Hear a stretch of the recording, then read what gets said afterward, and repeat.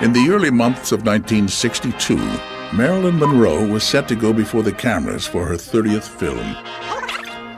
503. 504. She'd been absent from the screen for over a year, and the light comedy Something's Got to Give would offer something of a comeback. Come on! The water's so refreshing. Legendary filmmaker George Cukor was brought in to direct. 74. And cast opposite Marilyn would be two of the world's most gifted and glamorous stars.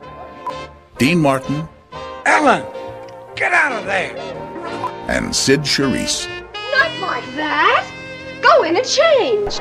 The film would also include a small army of Hollywood's most accomplished and respected character actors. Excuse me, are you being helped? You've been waiting on it. Right there. Well, here you go. Let's walk.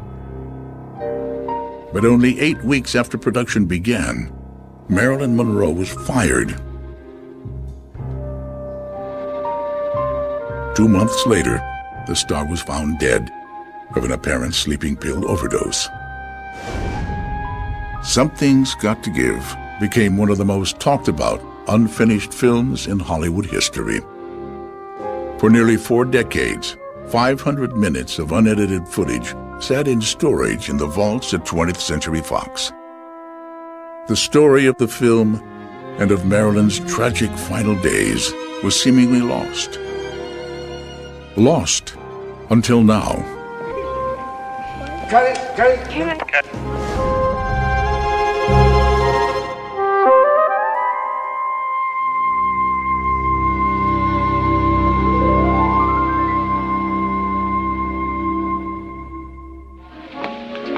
See that man? That's Max Fabian, the producer. Now go and do yourself some good. Why do they always look like unhappy rabbits? Because that's what they are. Now go and make him happy.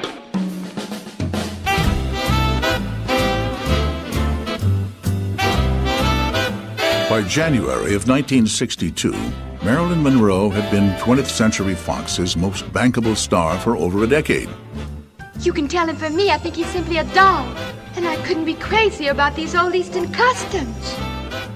Her 20 pictures for the studio had grossed over $200 million at the box office, making Marilyn Fox's biggest commodity since Shirley Temple.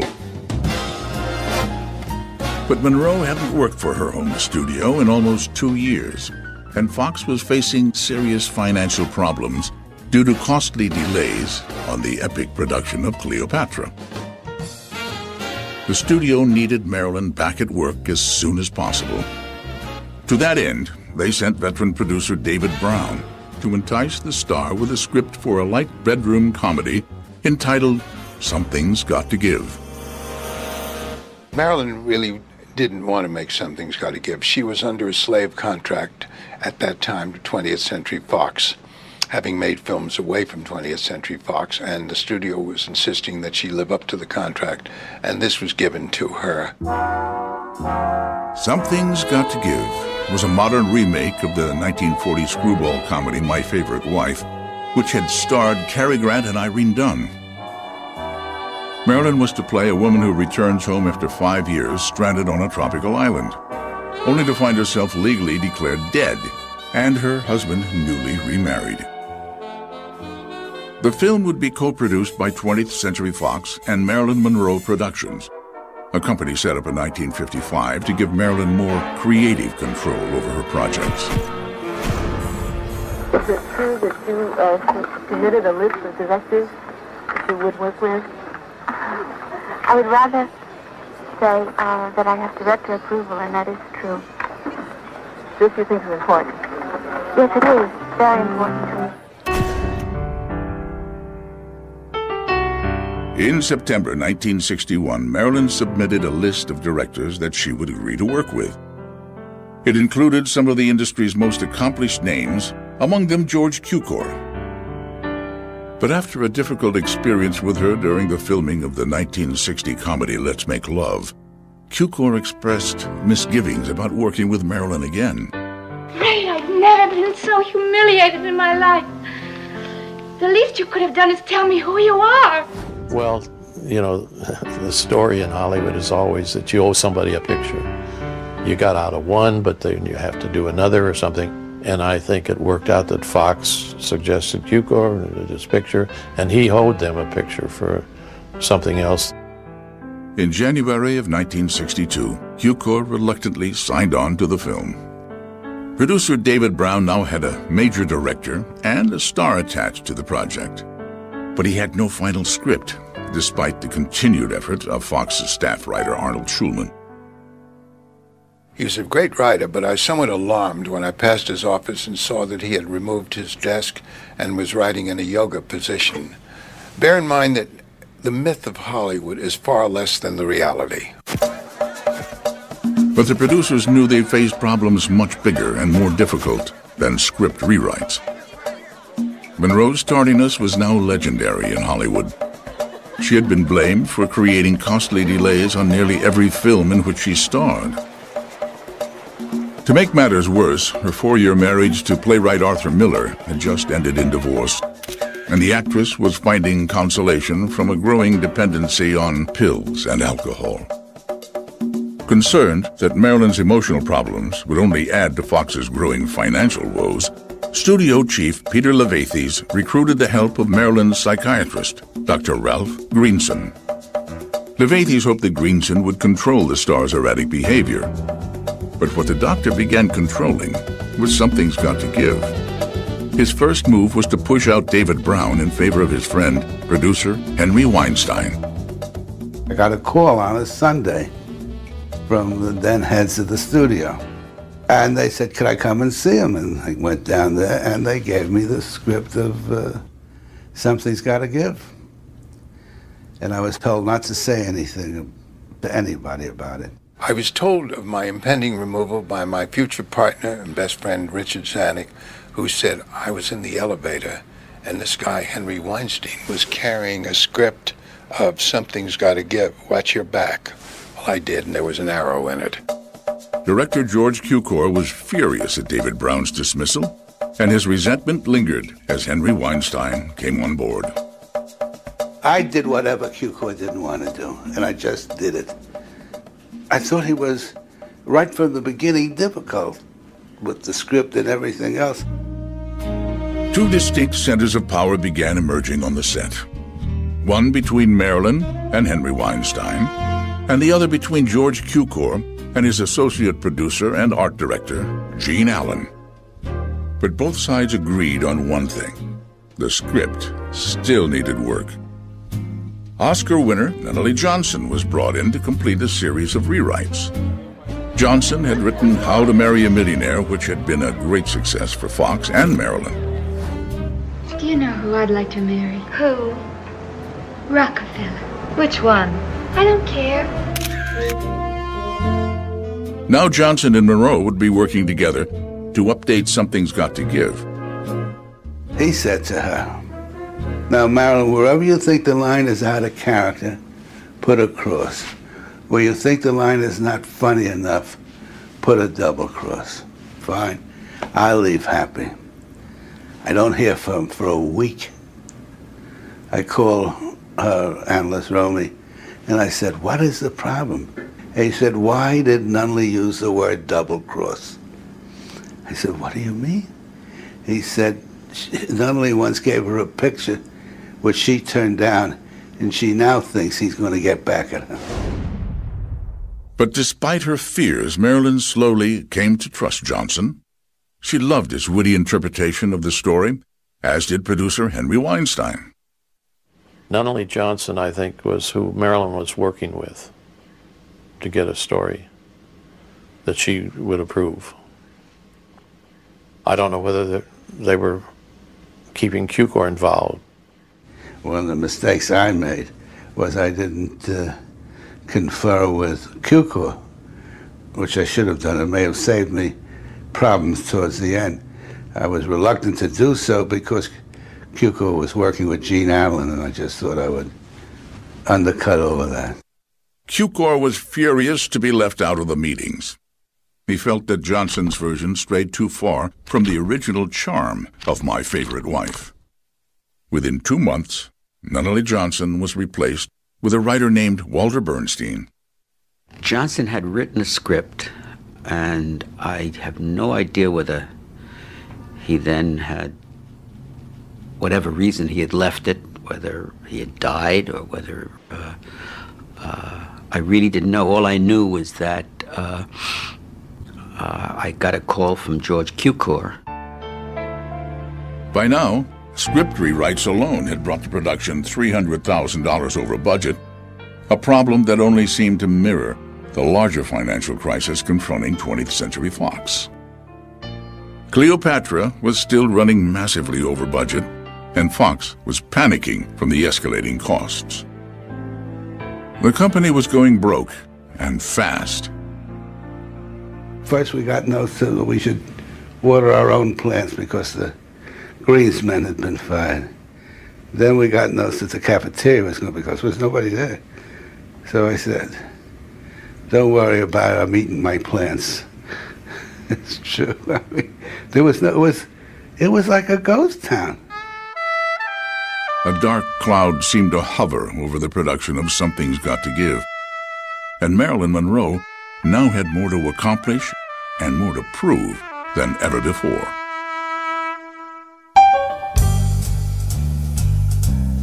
By late March 1962, there were only 3 short weeks left before the first day of principal photography. The race was on to meet the tight deadline. As George Cukor and Walter Bernstein pounded out a new draft of the script, associate producer Gene Allen oversaw completion of the set, an exact replica of Cukor's own home and backyard. The costume department worked overtime to pull the wardrobe together for the entire cast. And producer Henry Weinstein struggled to keep track of Marilyn Monroe. He was a prisoner, really, of the situation. I had very little to do with him.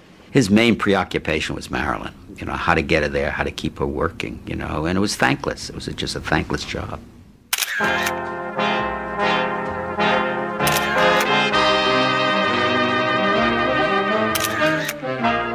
On April 10th, the punctual Marilyn arrived on the set for makeup and costume tests. But to her surprise, George Cukor did not show up to supervise and direct.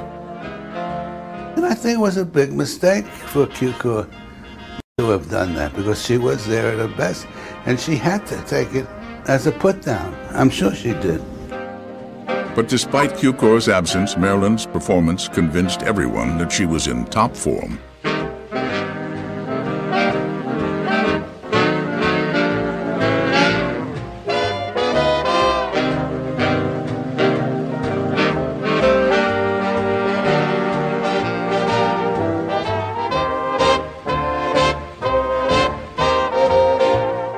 And I was so happy because they were brilliant. I mean, she looked extraordinary. She was at her best.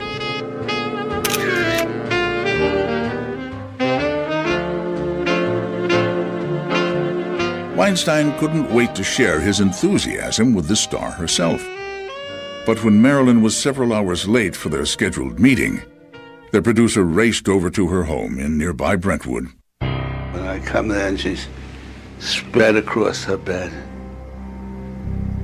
practically nude and really out. So I called Romy up, and then we called her internist, and they came running over. And this was the first time, and I knew we were in trouble. Weinstein was shocked at the sight of Marilyn Monroe, unconscious from an apparent overdose of sleeping pills. And I went to the studio and I said, listen, we gotta postpone this picture. I don't think she's gonna be ready. We're gonna start shooting in about 3 weeks.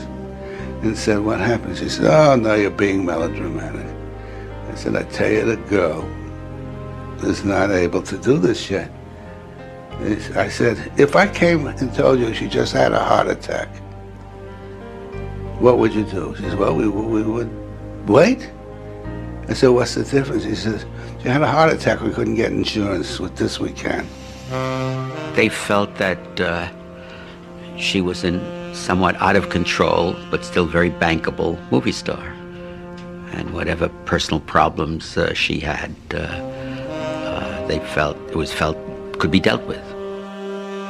Marilyn's habit of mixing champagne with sleeping pills was well known in Hollywood, and this latest incident rang few warning bells. The first time I actually got to the house, she had some champagne and she'd taken a couple of sleeping pills she had, and Dr. Greenson became worried, and so she gave me a key to her apartment, and I carried it all the time so I could get in, if I had to, quickly. When she moved out to the Helenas in Brentwood, we had a key to the house in a fuchsia plant that was hanging in front of the front door.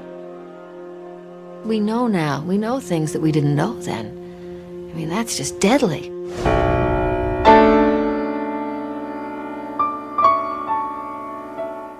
Marilyn had grown dependent on sleeping pills during her rise to fame in Hollywood.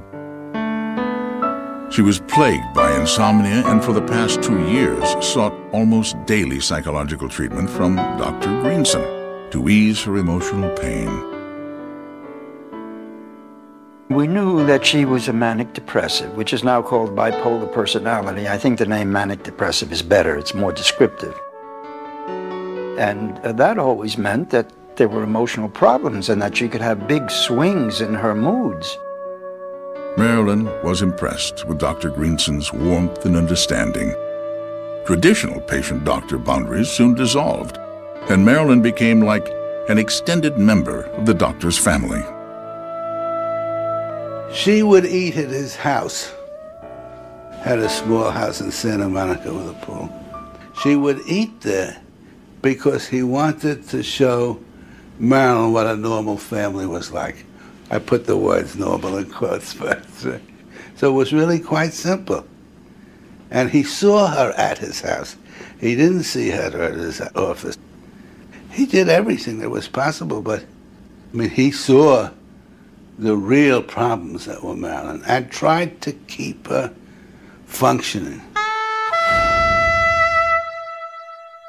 But with just 5 days to go before cameras would roll on Something's Got to Give, producer Henry Weinstein feared that a solution to Monroe's emotional problems and chemical dependency was eluding even her psychiatrist. Weinstein was left to wonder if Marilyn could ever fully recover from what truly ailed her. 3 days after Marilyn's April 10th overdose, she attended a script meeting for Something's Got to Give. Outwardly unfazed by the events just days before, Marilyn focused her attention on the script and tried to establish a working relationship with writer Walter Bernstein. One time I went to her house to talk about a particular scene, and she had some ideas about the scene. And it was a very cordial meeting. You know, she was very, very nice, except you also got the impression you were in the presence of Caesar. I mean, she would refer to herself sometimes in the third person. About a moment in the scene, she'd say, oh, no, Monroe wouldn't do this, you know. And she was very shrewd about her own image as she saw it. With the script still incomplete, Q-Corps postponed principal photography 1 week to April 23rd. Marilyn promptly left for New York to work on her role with acting coach Lee Strasberg. By now, Marilyn had been studying with Lee and Paula Strasberg for almost 7 years. Lee Strasberg was the foremost proponent and teacher of method acting, who challenged Marilyn to become a serious dramatic actress. To go to the actor's studio after being thought of as the glamour girl, empty-headed blonde, to go there, can you imagine what that took? And then to prepare a scene and have to go out there and do it in front of actors. Oh, I can't imagine having to do that. Where did that come from? Except you have to see this enormous need to do better. What I'd like to do, that is what I would like to accomplish. I would like to be a good actress. And it's not a matter of being on top, because I think some of the best actors and actresses perhaps aren't on the top. Well, it was a big coup for, for Marilyn to be part of the actors studio that Lee Strasberg ran. And, I mean, she was a big star and a big personality. And for them to be known as her mentors, was important to them. The Strasbergs opened their home to Marilyn and gave her the comfort and security of a family.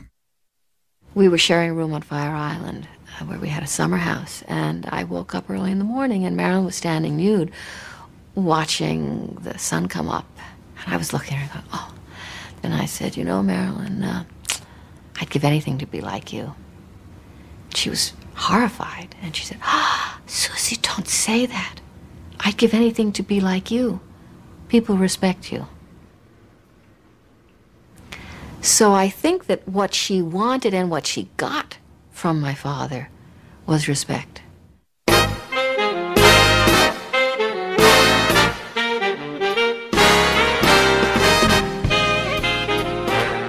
Marilyn longed for respect and credibility, and while in New York, she sought out the company of the most esteemed artists and writers in the world, including famed playwright Arthur Miller, whom she later married.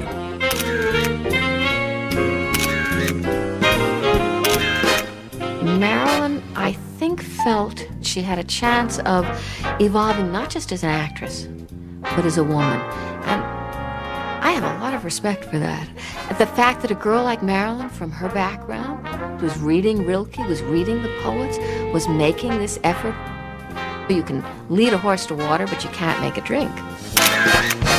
Marilyn planned her return to the set of Something's Got to Give, energized by the week-long stay in New York. But a bad cold she caught from Lee Strasberg began weakening her health. On April 19th, Marilyn landed in Los Angeles, suffering from a serious flu. 2 days later, she was diagnosed with acute sinusitis. I called her up and I said, Marilyn, what is the problem? She says, well, I'm running temperature, she says. I said, what's your temperature? Just a little above normal. I said, I could walk down the street and get that temperature. She said, yes, that's true, but you don't have to be in front of the camera. Marilyn's performance depended a great deal on how she looked. And if she really wasn't looking well and had the effects of a cold, maybe you couldn't shoot her if she did come.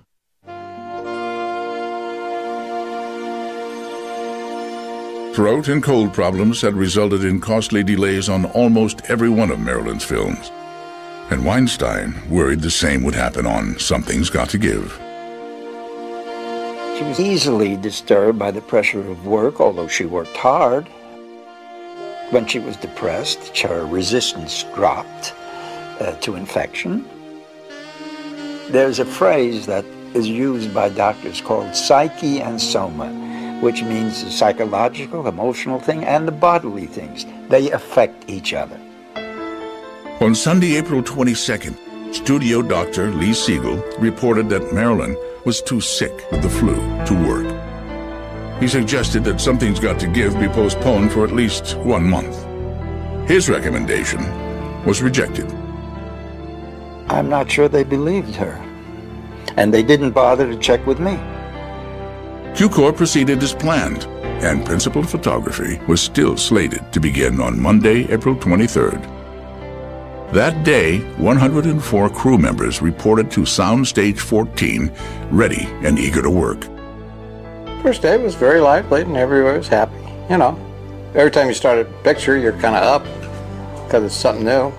Everybody was very excited about the film and very high, and the film was to start. And of course, the director said, well, I think, Sid, you'll have a couple of weeks where you're not working because we have so much to do with Marilyn and Dean. I said, well, that's fine with me. Call me when you need me. But that first morning, Marilyn failed to show up. The phone rings around 7:30, and they said, could you come to the studio right away? And I said, of course. George Cukor was forced to quickly reorganize his shooting schedule. This scene with Dean Martin and Sid Charisse became the first moment of Something's Got to Give, captured on film. All right, now we get up and go. Camera! Here Martin's character, Nicholas Arden, returns from his honeymoon with his new bride, Bianca, played by Sid Charisse. Well, here we are. Home sweet home. Later, Timmy, front and center, Daddy's home. Did you order any carpentry work done, darling? Maybe they're hitting each other over the head. Cut it, go it. Cut. 80. Hello, my darling. Hi, Daddy. Hi, Daddy. Is that all you got to say? No presents. No presents? Look, what are you two doing up there? Here in the treehouse.